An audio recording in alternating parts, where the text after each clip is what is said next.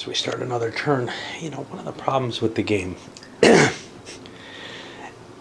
and why it's so long is there's not terribly a great deal of incentive to push the game forward. Pushing the game forward means getting into age 7 and then through age 7 or starting the internet.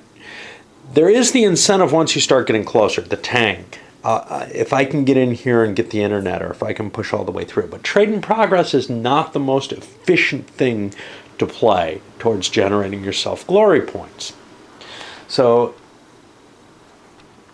it's especially inefficient or especially unwise if you're trailing by this much. The guy who's the furthest along has the least glory points. Now, you get 7 points if you end the game, I think it is. 1, 2, 3, 4, 5, 6, 7. That still puts me well behind the first place players. So I've got to do something to crank up my points in addition to pushing forward. And other people have been significantly less willing to try to push the game forward and have been more concentrating on the glory points. So, nothing moves. Progress does not come. Of course, you can't win the game without progress, but as long as it's staying tight like this, it's really hard unless maybe you're a country like Benin over here who gets glory for successful trades. There are a few of those. And that, makes that progress more valuable. But for the most part, people don't really have any particular incentive to push the game forward. And I think that's one of the flaws. It's going to stretch it out. It makes it interesting, but you end up stuck for long periods without anybody really moving much. Now, once you get out of the Dark Ages and the Renaissance, you see, a lot of the powers are pushing forward rapidly. But unless green or blue or gray or maybe brown sees an opportunity towards pushing forward, it's not going to end. Now, let's look at the people. Gray, the Khmer haven't done too badly, but the Saxons, they haven't moved at all. And that's part of why I've gotten points, is I've been keeping my Saxons producing decent points, actually, much as I've bemoaned them. Although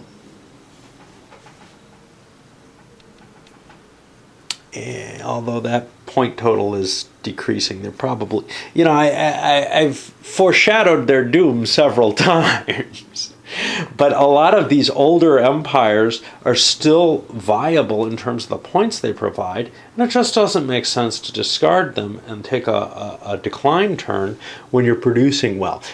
Like the game Vinci, and I assume Small World is similar since it's derived from it. I haven't gotten around to playing that one yet. It's up there somewhere. There it is. Like the game Vinci, you have this kind of mechanism of making empires disappear through them not being valuable anymore. But honestly, you can kind of keep these suckers alive and worthwhile.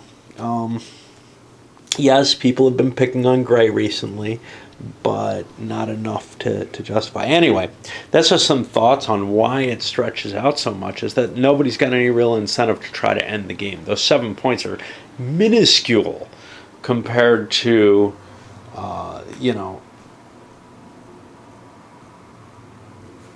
the amount of turns that you would have to take a reduction, not necessarily directly in points, but in progress towards points.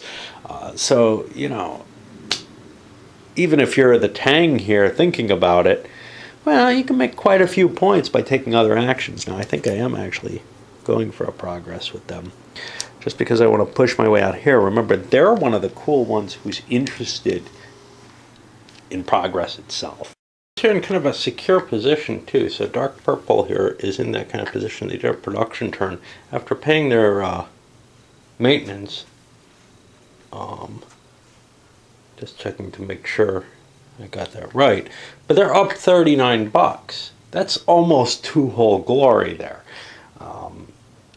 I feel like I need to buy some troops, though, because there's just too many risks all around. There's kind of a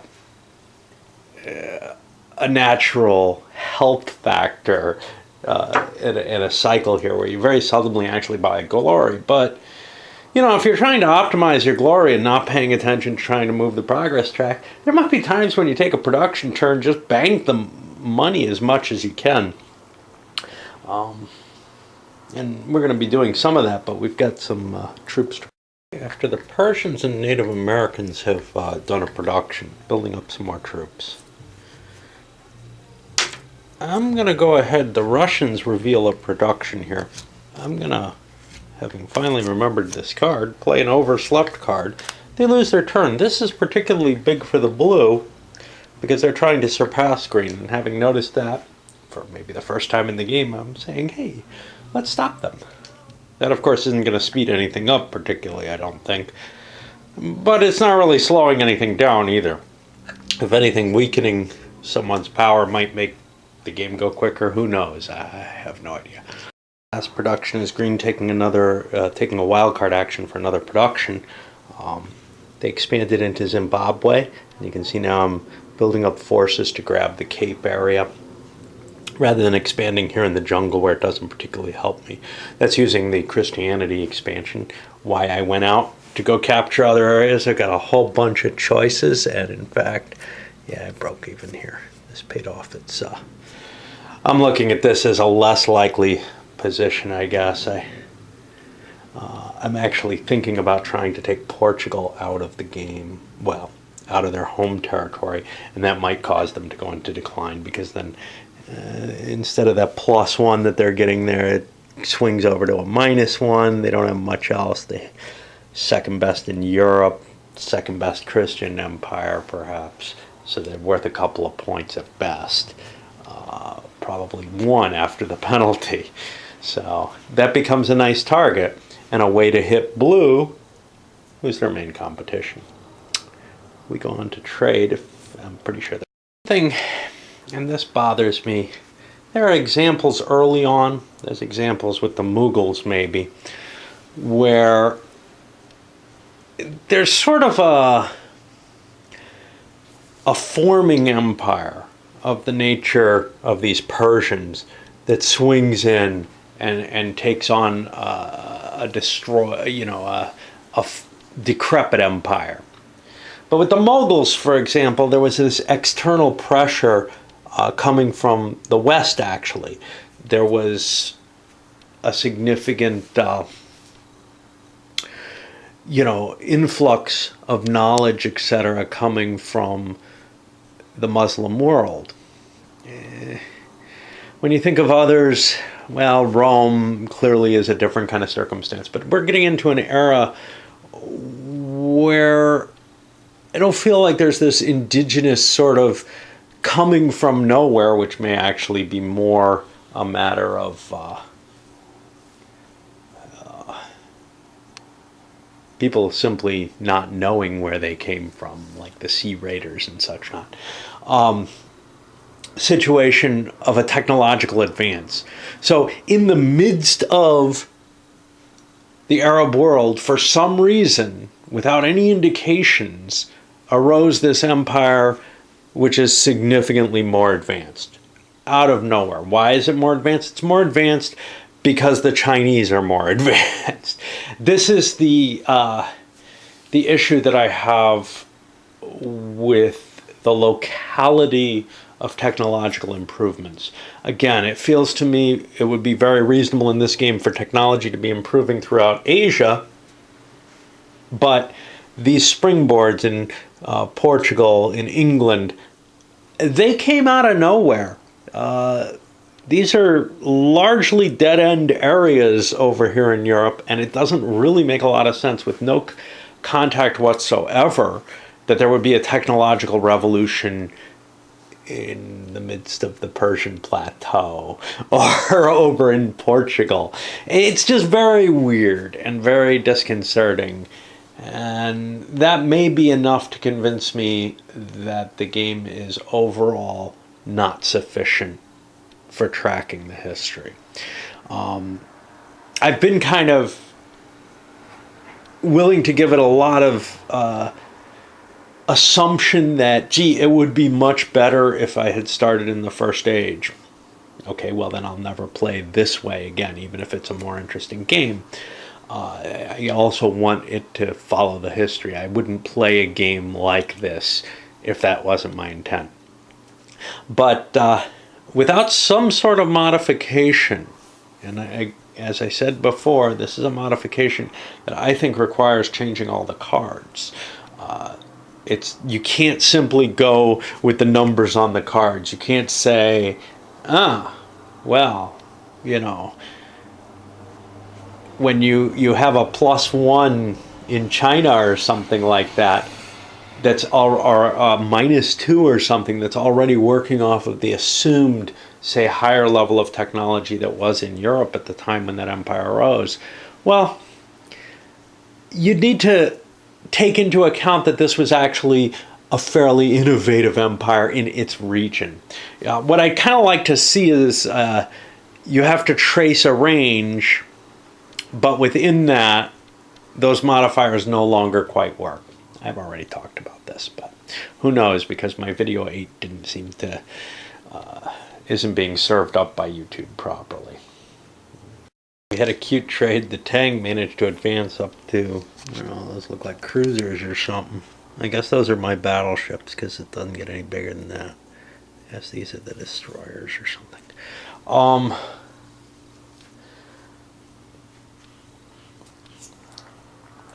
They traded with the purple, who has a penalty at trade, and that was kind of clever because both sides played a 0 card. Now, you can understand why the guy who's behind might do that, although one of the advantages of being kind of a weak trader is other people might trade with you, and if you have a good card, you could get away with it. Or if you have something like this, which the Tang were counting on, because they did not have a strong trade card, so they said, I'll just put my 0 up there. I don't have anything that particularly helps me with trade. Trade was a cool one by the Benin. They will go forward 3 spaces here. Dunk, dunk, dunk, and get themselves 3 glory. Dunk, dunk, dunk, putting them up towards the lead because they get a point for every space they gain in glory. They picked on blue, who only had 1 card. Well, blue played this. Benin played the Sinhalese. That would have ended up in a tie. So they used the Eureka card to swap out. They're giving up the Glorious Glory card, but that's okay. It isn't really one of the big glory advantages. It allows you to double everyone's glory. And getting 3 extra glory is probably about what they'd maybe get max by doubling everybody's, even if they were doing well, unless they have a bunch of glory cards to play at once. Arabs pump up their glory by slicing into the Persians here and the Irish. Yeah, we're still in our dark age way back there, but we can beat up these higher tech units as long as we get the numbers. Nowhere near the kind of glory I was hoping for. Oh, I still have to fight these guys, but that's not going to give glory. Nowhere near the glory I was hoping for with the Saxons by sweeping into Russia, because now Russia's Islamic. But I grabbed Denmark. That's making the Vikings very, very questionable. And if I can get the C here, which I almost certainly can, I'm not going to look at the defender card. He can't make any choices. Attacker's only got a 2.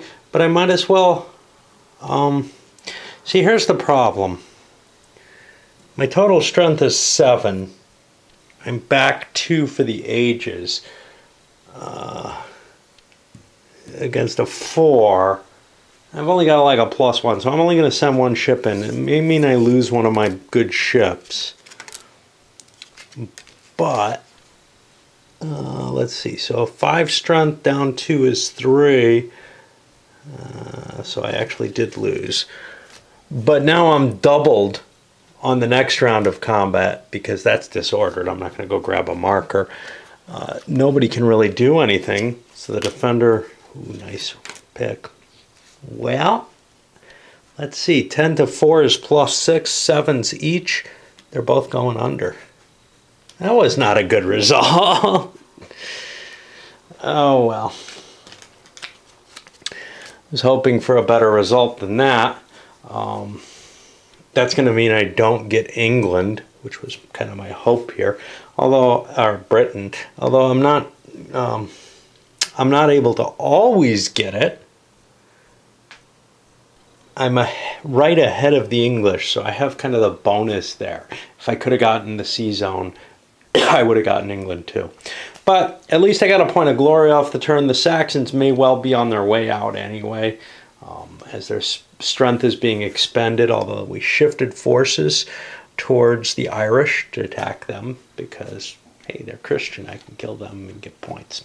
Can't do the same with the Russians, even though the Russians look like a really inviting target here, and I moved all my pieces in and then realized, hey, I can't do that. And the maneuvers are finished off with the English, who gave up their card that would have allowed them to abandon North America, punching more into the Vikings. Like I said, I think they're going. That gets me glory because I'm Islamic. And then over here, the Javanese lost a battle here, but won one over in the Java Sea, as well as spreading out in Borneo down here.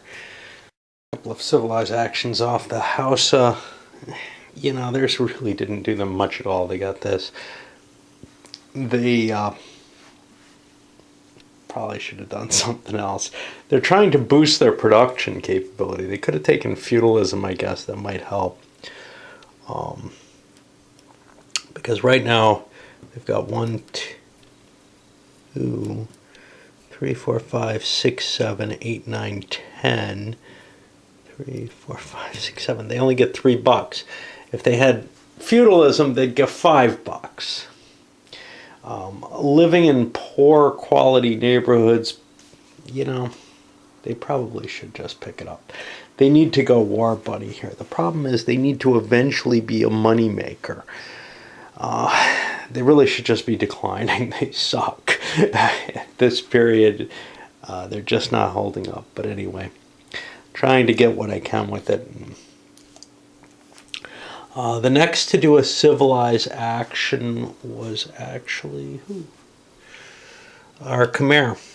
Now, theirs was much more exciting. They managed to draw themselves a really useful leader, an artist, which improves the number on their artifact level to 3, and it doubles the count of artifacts that they have in his space. So they're pretty much going to get their big points, I think, there. They were close in the running for them before. They'd fallen behind to second place or something. I don't remember to whom. Beyond that, they also managed to upgrade to field artillery in some of their units. And they brought their city up to a 5 to make it harder for them to lose that most important thing for them. It looks to me like 1, 2, 3, 4, 5. They're losing 1, 2, 3, 4, 5, 6, 7. The race for Southeast Asia. But, you know, they had been holding pretty well in it before. And that'll be it for civilized. So now we go to the progress and scoring. Oh, one thing I wanted to mention with civilized. So I had the opportunity to bring World War into play. It has an asterisk, so I knew to look it up. I've been kind of ignoring it up until recently. This is an interesting idea. It can only be done in Age 7, or if the target empire has industrial revolution, I could do that. It's red, so I guess like with the other thing that had a target empire that doesn't get placed in the target empire or something like that, and this will not, it would still penalize whomever you target. They can be the ones faulted for it, I guess. And the United Nations prevents it from happening. Okay, so this thing goes on the progress track, and units become cheaper, and you can build up any quantity. If you take a maneuver action, you can do 2 maneuver actions, essentially. And then strategic leaders can do another.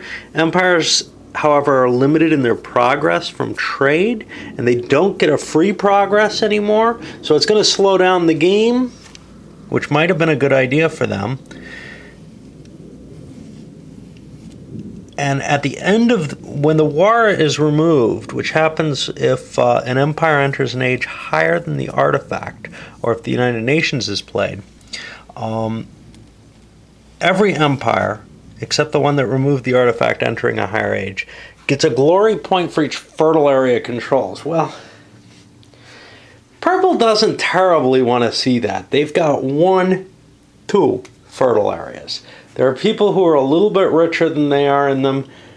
I don't want to see the war end, and I don't feel like I'm terribly well positioned to fight the war. I'm probably not going to hold the card. Figure, you don't want to have garbage in your hand that's useless, but I just don't think it's to my advantage to start the World War here with them. Although, dragging the game out might be to their advantage. Some of my feeling is I just don't want to drag the game out further, and I think the World War would do that. It would certainly spark off some interesting factors. What's kind of neat about the World War is everybody kind of gets involved in it. All right, let's do the progress. I don't think there was anybody with any special cases there, in the sense that I don't have anybody who can go forward from a card, and the wild cards are all on Christians, so everything's going to just push forward. The Arabs have the glory pour moi. Oh, I'm not going to allow that to happen, so bah humbug. But that's going to get canceled out by the bad augury that the Arabs also had. So we end up with, unless there's a no spy card somewhere, I don't know if that, I can't read what it affects. Doesn't look like that affects any of that. I don't know. That's an unreadable card, so I'll never use it. So now I'll just briefly look and see which one is going to get the more points. I think that's almost certainly to be the Arabs. But we're going to be pumping our glory. We're already in the lead, and we're going to be... So we're in kind of a weird problem. There are people whose empires are in real trouble. Blue especially, and without any cards, he can't even discard an empire safely.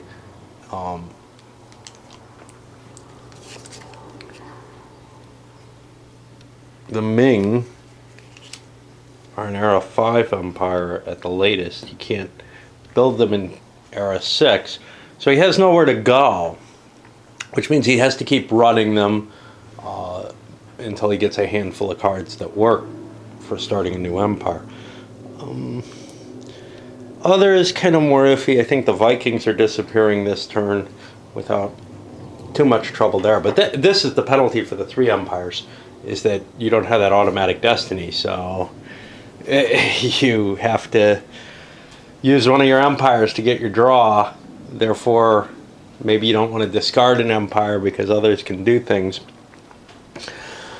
Over here, I'm running into a different kind of problem. Obviously, I'm very effective at getting glory. Okay, I was the only guy who got glory last turn. But I am effective at getting glory. I've made up some ground with that. I'm in the leading position anyhow. That's an important thing. But I'm not far enough ahead to throw away a valued empire. The Arabs are still doing quite well as the largest Muslim place, I think. We'd have to count them against Russia, but I think they ended up bigger the last turn. But that might be a close run thing if Russia starts growing, or if Britain starts growing. Benin, well, not terrible. They only get 2 points per turn, but if they do the trades, they get more. It might be worth discarding Benin. And you might say, well, why are you so interested in discarding? 2 doesn't sound bad. No, it doesn't. 2's pretty good. But here's the problem. I am here and here on the progress track. If I stay ahead, the game will not end if people are playing reasonably. They will not, unless they think that they're at the best that they're going to get, position-wise, bring the internet about or push this forward. There's already enough inhibition to that that I can't expect somebody who's losing the game to give me a win while I'm sitting down there at the low end of the progress track. So I think I need to start a new empire, and I need to think real carefully about that. Right now the Arabs are point makers. Can I do something, use this padding, get something started? I've got a couple in my hand. I've got the modern Chinese and the Americans in my hand. So these are going to be my thoughts. The modern Chinese get cheap infantry and a free maneuver. That's good for starting, getting you right in the game right away. And they're going to start with setup -3, which is good enough. Ethiopians, well, there's another option. Well, let's look at the points. We got Asia, the world, the most cities, and the most money. My experience is those aren't terribly easy to get, but certainly if you do a lot of civilizing, you can get yourself into a position where you're pulling a lot of money in, but then other people might attack you. The Ethiopians, they're one of these trade winners, but they have a -1 trade. I just don't view them as a big victory gainer. The Habsburgs, I could do them. I haven't looked at the US yet. That's a biggie. They would get a decent amount of money. $25 for the Chinese. Here it's 15 plus 6 is 21. No trade bonus. Converts Germans or Franks. There aren't any of them. You can marry into another empire. That empire loses 3 glory if it moves into any Habsburg areas in the next action. That's kind of neat. But the victory points, well, other than the Christianity, it's going to be kind of a tough fight. But we might be able to make it up to 5. Might. Over here, we might be able to make it in the 4 or 5 range. Alright, let's look at the US. More likely the Habsburgs aren't going to, be making that kind of buck right away, though. Alright. One controlled North American land area converts the units in the area. Ooh. There's some nice stacks there. So that gives it some additional value. Plus it gets 3 times the age and money, another $18. So if there's a good stack somewhere in North America, and there are some decent sized ones, that would be useful. Leaders, I'd get Edison, probably a scientist. And then Roosevelt's probably a populist, but maybe more than that.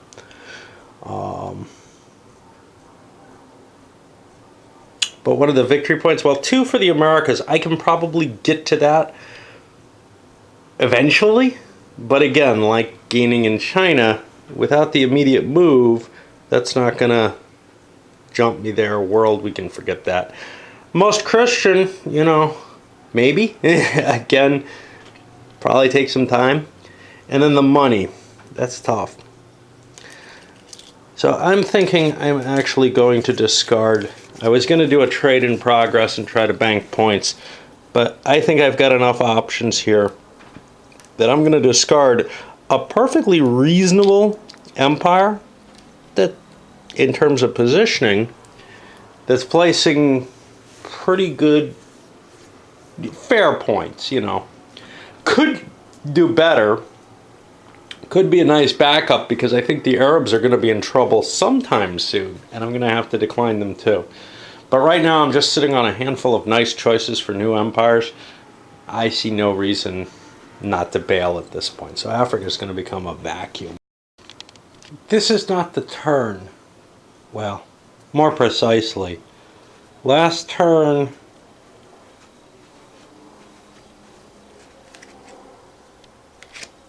the glory was cancelled. This is not the turn to discard Benin. I'm making the same decision with Satavana. They're making decent points though. But I noticed, hey, we're above 20. This is the turn to buy a victory point. Well, same is true with Benin. So I don't want to do the discard this turn. Also, a lot of the glory cards are gone. and they probably won't be coming back up, most specifically the Bah Humbug, so the entire Glory phase probably won't be canceled. So I think I'm going to choose something else with them. With the Satavana, I'm actually doing a production turn to boost my money even further. The way I'm looking at them is, there's nothing left to do. I'm out of troops. I'm holding about the maximum territory I can. I'm under some potential attacks. I will decline soon, but I don't think I want to throw my position away at this point. But there's nothing really to do. I mean, I could civilize. What does that do me? You know, at least doing the production, I get the cash that I can throw into an extra. Another unfortunate little bit of failed play. I'm going through the production turn. Let's see who's gone. Blue, the Portuguese did production. I noticed that you can actually build units where there's disorder, which kind of makes sense. Otherwise, a small empire with like a one-space empire that was entirely in disorder would have a lot of trouble fixing itself. But it does make sense that the government would still be able to raise forces in those areas. They have an administrator, so they were able to build quickly, but I'm trying to get to the problem. The Russians are in the middle of their production. They have feudalism. They ended up netting $17. Remember, they get half their total. They don't have to pay any maintenance costs. That works out well when you don't have a lot of cities. But this tribute marker, which, you know, I seem to remember what the card did, but there's no indication on the marker, and I don't think there's anything in the rules that tells you what it does. Unlike the artifacts, it doesn't have a category it really fits in. Its information's given on the card. It gives a permanent, I think, $1 to the empire, and if this territory or this territory falls, that goes away, but it gives it during production. It's a nice little card. There's no issue there, but I have no way of knowing what it does. And this is, again, the factor of the design decision to not put information where it's really useful. It may save size of the counters or being able to print them, but there's significant information that should be available just by glancing at the board and looking at places there. If there's not going to be that, the next best choice is to provide player aids. That wasn't done for the game itself, although there are some available. Also had a production. They did a rare conjunction with it to do a quick maneuver afterwards, spreading themselves out and attacking the Indians here. Now, one thing that I have not really been paying attention to is if there's low-grade kind of naval conflict, that'll freeze the democracy up. It's allowed to invade the person who's been doing that naval conflict. So that's kind of something to try to keep in mind, that purple would be allowed to attack yellow this time. Probably gray and yellow can attack each other, I think, if that comes down to it. I haven't been really keeping that in mind. And, you know, there's just too much. I almost feel like I have to track what's going on in this way in the same way that I do with Europa Universalis. Keep record logs of everything that happens. That would slow this game down tremendously to the level that videoing it does, really. And the final production action. Maybe I should have done a production with Bedded instead if I'm trying to go out, but I'm thinking I'll get glory points more likely off the trade in progress. Is the Indians did a production. They just banked the points. Now they've got 44 points. I could spend 4 of them. Unfortunately, the cheapest thing I have are 5s. However, I was attacked. Am I a democracy? Yes. So I can take $1 off, and for $4, which won't cost me anything, build myself a navy. I don't know where to put it. I think I'm most worried about about being attacked down here. But sailing through here is difficult. I'll put it over on this side. There's a chance I might end up using this navy. And another idea is to put it here. I'd gain more. I maybe have more opportunity for glory if I hold on to that city. You know, but if I end up disbanding the empire, not this turn, but next turn, you know, I'm just leaving these big cities open to whoever wants to walk into them, and they're quite a treat. As we're working our way around the on trade in progress, Benin did one. They have benefits for it, but they ended up tying, so nobody got anything. But the English got to use their power of capitalism here. What they did was traded with the poor Saxons. One, they get an extra card. They win the trade, they get money equal to the difference, and they also, this is the biggest thing, they got a point of glory for winning the trade. It's not quite as good as what Benin gets, which is 1 point per progress gained, but still, they managed to break their way out of the progress, get some glory. All a good combination for them. Let's see if that'll be it for trade in progress. We go to maneuver. Let's talk about a couple of maneuver actions which were taken. The Persians took back territory from the Arabs again, getting their way all the way down to Palestine. The Arabs are in a lot of trouble, actually. I hope they're not doing a production. They're not. Oh, that would have already happened. They have no capital, which, remember, halves the amount of money they collect. So they're going to have to do a civilized before they do another build. That puts them behind the 8 ball in a lot of ways. Then the next was the Irish, who launched an attack on the British Isles. You can see now they're going to be the top owner in Britain. They pushed forward against the Saxons. They attacked the Portuguese here, but lost completely. And then they also spread out here. Ooh, I got some spreading here I want to do too.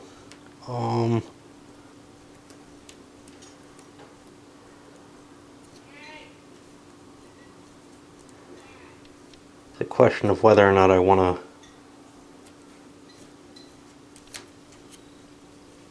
I think this is the best way to do this. I want to get control of these fertile regions for my next production or whatever, if possible. The Arabs played a blitzkrieg card, allowing their leader to be both a strategist and tactician. They moved his boat and the boats from here into Carthage. That allows after a success, that allows the strategist to keep going. So then he sailed up and failed in Syria, but we did make a successful attack here into Mesopotamia. That meant we got 2 more glory. This is how our glory got so high, is off these Arabs, but we're kind of shooting the wad here. There isn't a lot left, and like I said, we got to go through a civilized action before we go further. We're in a lot of trouble in terms of a survivable empire here. It may actually be the Arabs that go quicker than Benin. Just, these guys at least have some progress, and maybe, I don't know, maybe someday they'll actually make ground off of it. Let's see. I'm going to have a maneuver here for the Khmer. Khmer is still a pretty vibrant empire, even though they've got democracy. I think they were attacked by Purple last turn successfully. So, even though they retook the territory, they're allowed to attack again or something. So, anyway, they continued on, grabbed these territories here, and also they definitely were attacked by Yellow, so they moved into the Java Sea and took that. Not that they needed that. But anyway, that's giving them the control over here in Southeast Asia. I noticed I've been cheating. They've got their elephants still. They had lost the territory. I don't feel like coping with removing it. They probably, yeah, I should just remove it. Put it over there. They can rebuild it now, though. Purple would have had the opportunity to have built it. There's just, I mean, they might as well get some penalty out of it, but there's no easy way of reversing the entire sequence that resulted from that. And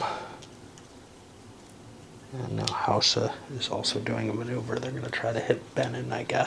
Finish things off with kind of what it turned out to be an intricate little, 2-round combat.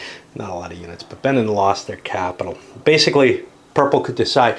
Sometimes you look at the combat and you say, I can't win this round, but the other guy is probably going to commit all his units, because all he's got is like an infantry and artillery. Whatever he commits, the other piece becomes useless then.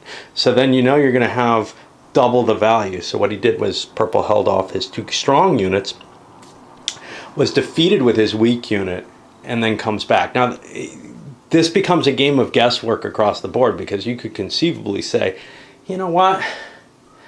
I think the other guy's not going to play anything of value. I'm just going to throw an infantry up. That lets me fight another round, thus disordering my opponent and maybe having a chance on the 3rd round. And, you know, that's really tough to play that all out solo. In a lot of ways, this game is just not designed to solo well. The sad part is, though, that this is precisely the kind of topic that I want to play solo. I have no problem playing History of the World solo, except, geez, it's just not rich enough. It doesn't give enough of the story. And what it gives is so wrong, feels so wrong. This, except for the one issue that I really, really hammer on, feels very right. And I would love to play something like this solo without all the interactive card play. And interactive decisions in combat, etc. I can see where they make things tense, and you know, this is an ADG specialty, right? Empires in Arms, World in Flames, they both build in combat systems where you're making these choices on the big strategic action that's going on, so that you know, you're doing these hidden picks. In this, you're also doing these hidden picks. It's a nice mechanism when you're playing opposed.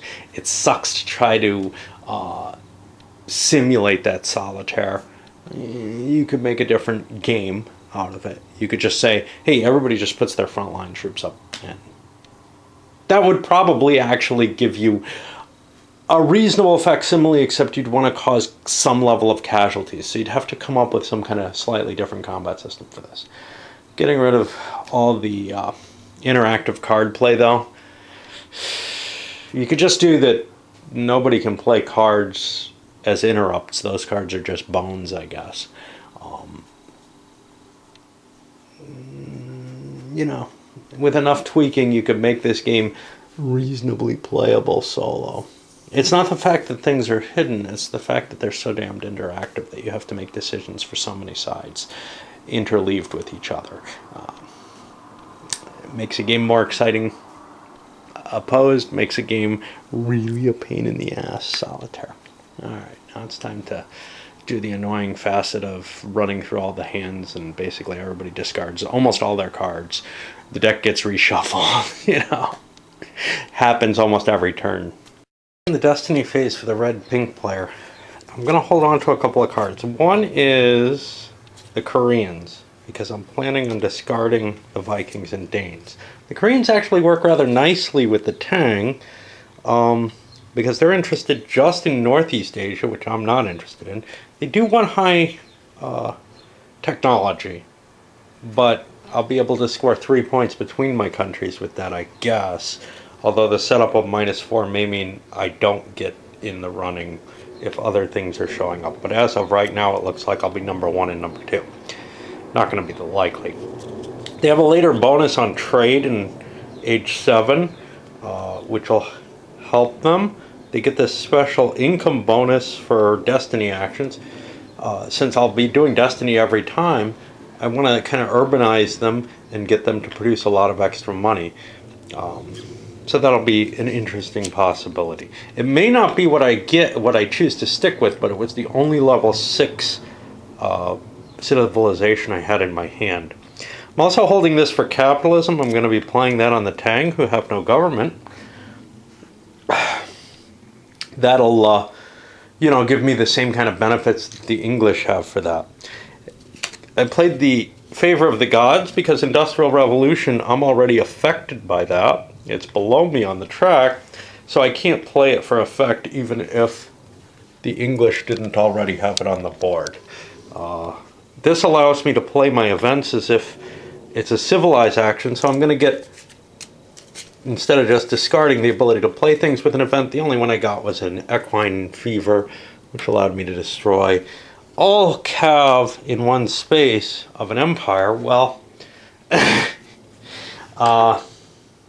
they kind of got to be on top for me to be sure there's cav there, unless I fought a battle recently or something. So I picked one from the Russians because they appear to be the threat to me.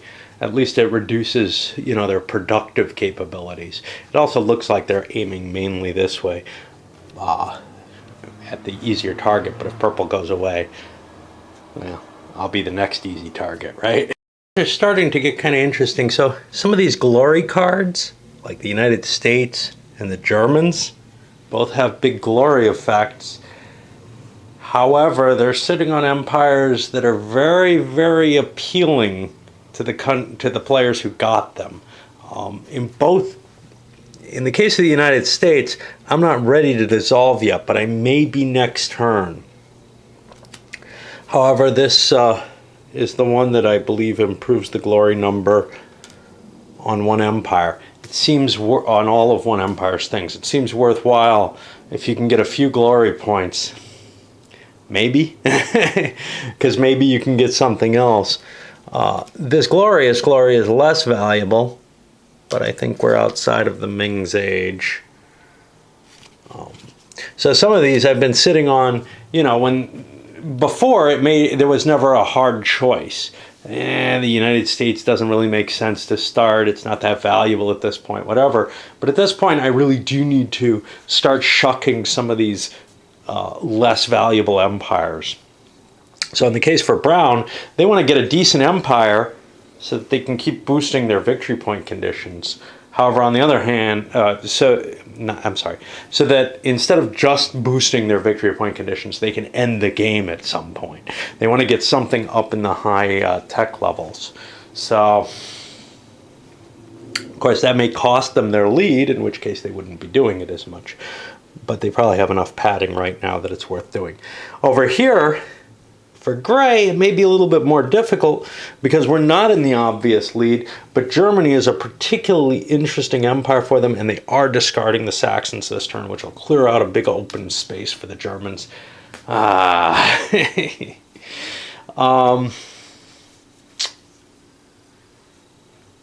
guess that's about it there.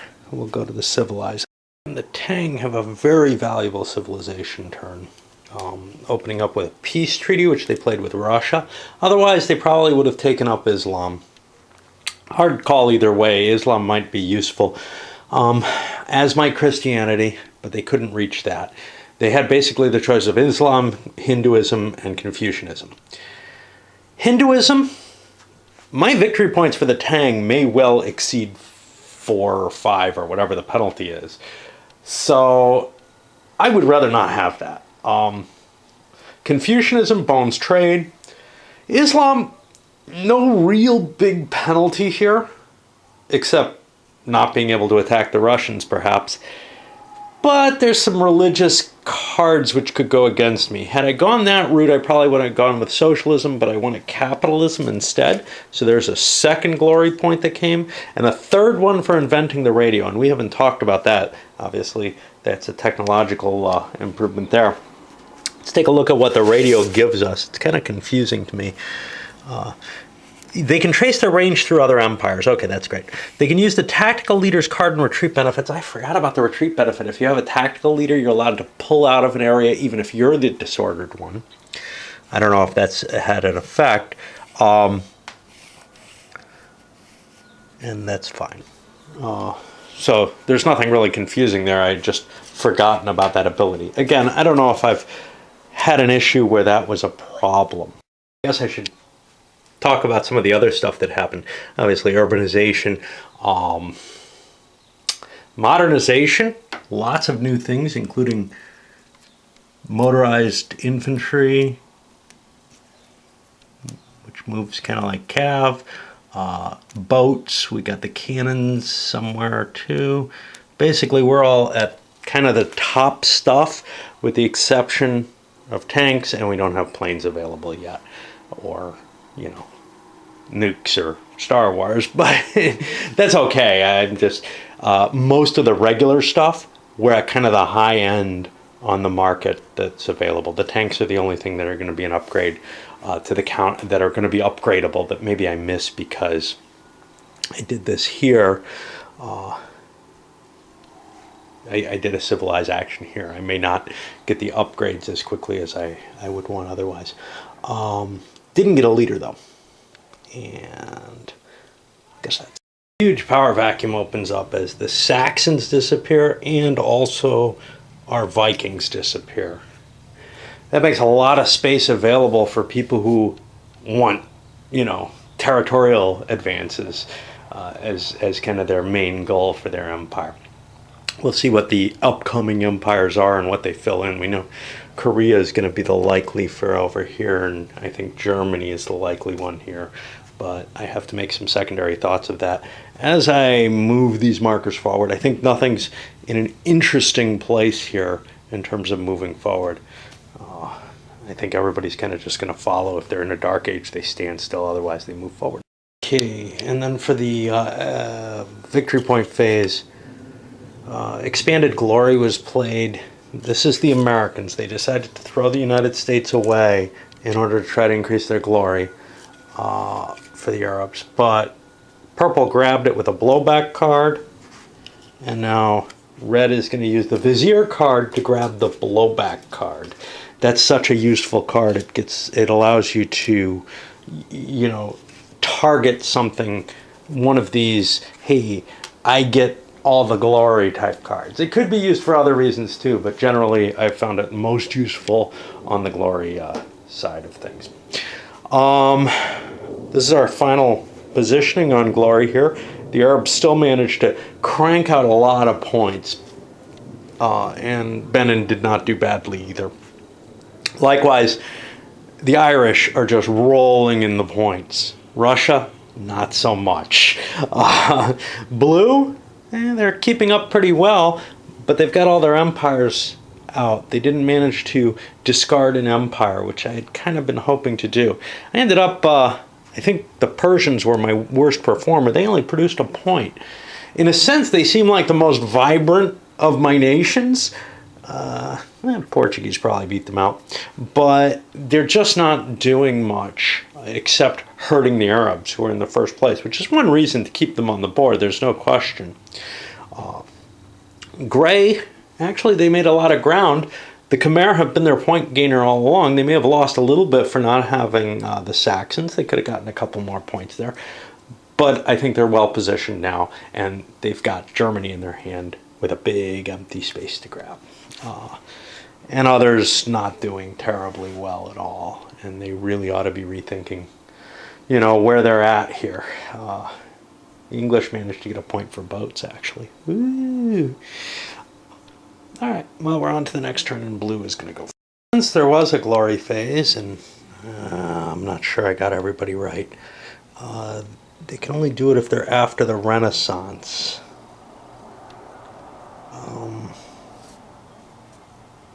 I made these not go.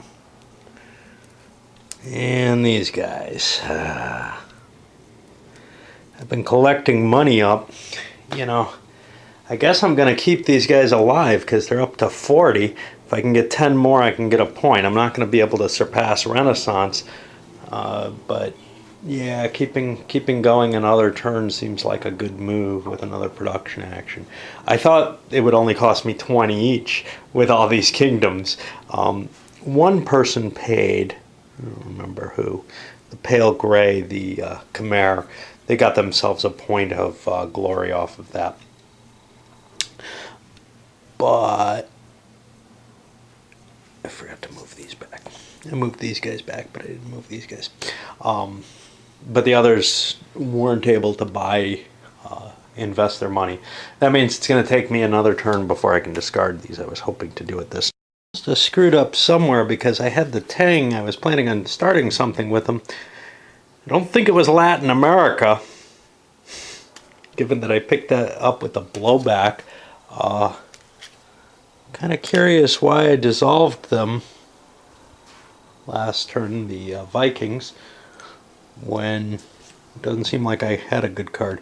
But this will work, Sometimes you don't always get the empire you want. The Vikings clearly were not working for me anymore. So I'm going to go for a new empire there, I guess, as well. We got a couple of them coming up, actually. One there, and then I guess the Germans are going to replace the Saxons in the center of Europe. Okay, and we got two new empires starting. The Germans pretty much sweep over here. They attacked some Irish, knocked them out of there. They got a free maneuver, which is always very cool because it jump starts you. These I was lucky to be able to play at all. They're only allowed to go in a French, Italian, Norman, Portuguese, Roman, Spanish, or Venetian land in the Americas. Good thing there were some Portuguese in there. So we started a big stack there. They actually convert the units over and then got a build of 15 points, which is almost all infantry. But basically they're going to be able to grab most of South America pretty easily. However, they don't get to move first. This is the difference between what the Germans were able to do, establish themselves so that now next turn maybe they do a production or something and build even bigger. So they kind of sweep to power very quickly. This just nice big stack. They'll be able to maneuver next turn. Unless I have some kind of special card that'll allow me to go. I'm going to keep this overslept up because I may want to use it against the Arabs. Their lead is quite impressive, and they're kind of disturbing at that point. Alrighty. There was something else I wanted to say, but I don't remember what. Oh, yeah, again, you know, this is like a big technological leap forward. Not as disturbing as some, but, you know, the Portuguese are back here, and their new empire that shows up in, you know, kind of growing off them is significantly better than they are because it's based again on the Tang in China, who, you know, shouldn't have anything to do with it, I would think. Likewise, though, we can see the Germans are also advanced. That, again, it doesn't bother me terribly much where they ended up. I don't mind new empires being more advanced than what's around them. What I mind is that they seem to be related to something that's nowhere near them. Always weird. Blue took two maneuver turns, one with the Portuguese and one with the Native Americans, and largely just to clear up some unrest or disorder markers that were kicking around. Did expand into this water for better production, and here a little bit down here, otherwise just shifting my forces for the disorder. The next was the Russians, and they plowed deep into India. Now they got 2 points of glory, I believe, maybe 3, maybe a third one here, from conquering territories as an Islamic empire, but they lost their strategist going here into Sind, trying to wipe out the elephant that's booting around back here somewhere, not really in connection with the rest of the empire. They are positioning themselves, though, into a nice place. They've got 4 of the Indian territories. They want to get the majority there, but they're also expanding more and more into Asia, which is a 3-point goal for them. The Europe-Asian line is here. It looks like they're not going to get second place in Europe. They could have pushed further in that direction instead, but have chosen to keep going in this direction where there was maybe more resistance in a sense, but they were positioned for it already.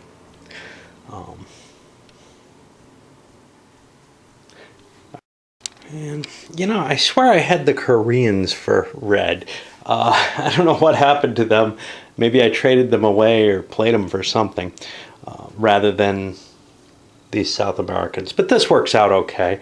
I've chosen to expand up into Japan for the grain there. I don't really care about grain, but it increases my production. So since I have a lot of wealth in it, and it kind of takes away points from Blue's Persians, who are trying to get a monopoly of some sort on grain, or at least the highest value on it. That's worth 1 point to them is all. I guess that's 1. These other things have a 1 on them. Maybe I better look this up. It's 1 per area, so blue actually has some additional points. I'm going to give them 2 extra glory. I don't know if that's precisely what they should have, but well, let's give them 1. They haven't been around. The hell with it. All right.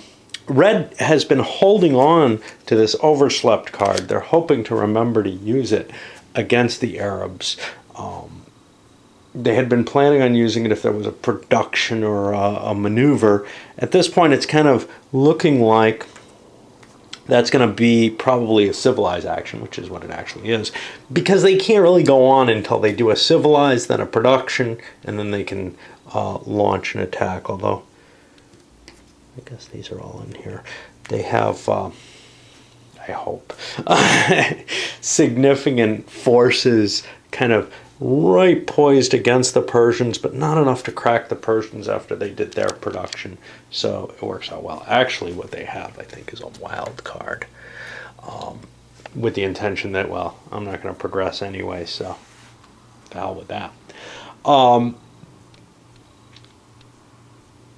So yeah, that's about where we are, I guess. Now the poor Arabs back here in the age when I think we started this game. Never moved forward once they entered it. If they didn't, I think they started, and I remember having Muhammad. They built themselves a great wall and a great pyramid.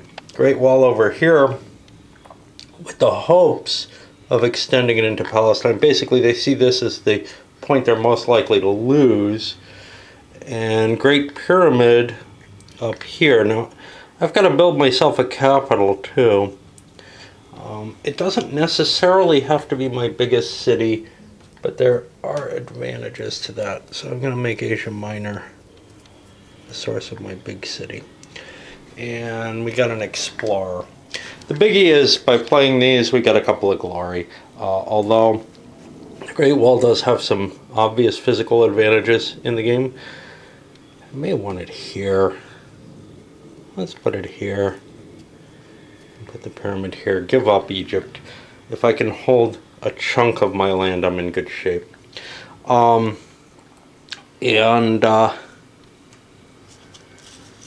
Great Pyramid prevents disorders from being placed. The problem with this is it's not in next to as many spaces, but this is actually a better space. Alright, more civilizations. Benin's also civilizing here. Now, there's a negative to doing 2 civilization actions other than the fact that I had to use a wildcard chit, ensuring that the Arabs aren't going forward. And that negative is that I used up my cards that gave me bonuses. Now, next turn, if I wanted to civilize with Benin, it would make sense too. I needed to keep... Actually, I didn't.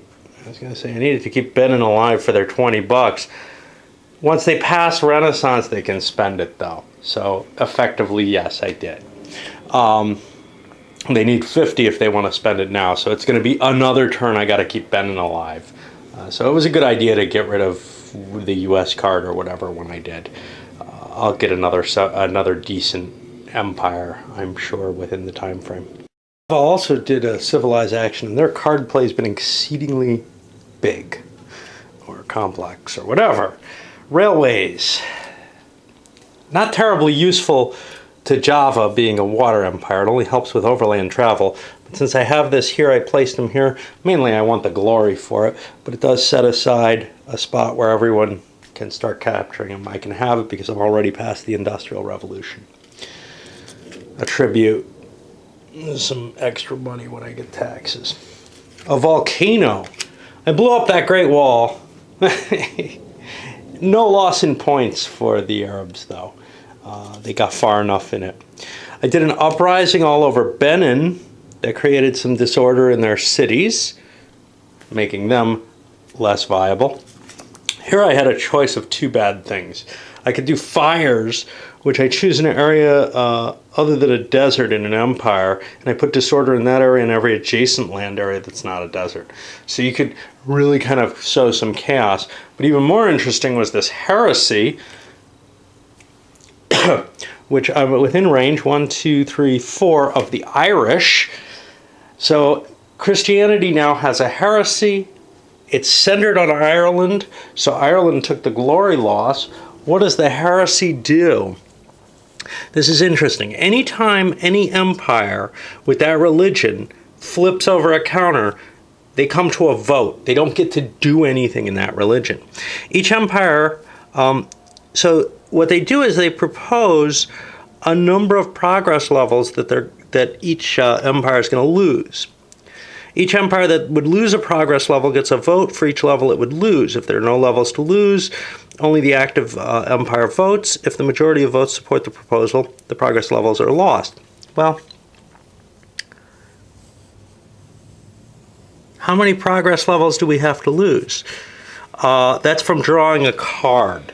So people can lose turns hoping for a 0 to come along and the heresy to resolve itself, or they can choose to drop back in progress levels. By the way, the Arabs drop back to layer 2.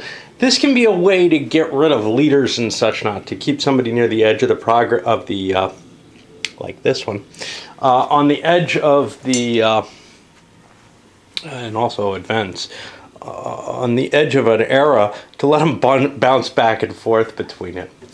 I've still got the rest of Java's civilized action. I don't expect it's going to be terribly exciting. Okay, well, green played a Glory pour moi card, which purple immediately picked up, and I think it's either yellow or gray here played the bad augury to cancel it anyhow. So no glory this turn. Pity, it would have been 5 more points for green, put them up near brown, but nobody wants to see the second place guy. Nobody wants to see 2 people that they have to hit. So preventing them from getting those points seems valuable. The Hausa disappeared. Just, they were not worth the points they've been making. Kind of a bonus for purple that the glory got canceled for this. Unfortunately for them, they're also probably going to be discarding their other empire as well pretty soon. It looks like the Russians are plowing into them pretty hard. I got to remember that religious heresy, because that's going to be quite interesting. All right, let's load this one up, and this is probably not, I'm pretty sure I'm not going to do this in high def for the simple reason that I think I need my computer to do an interview today. All righty.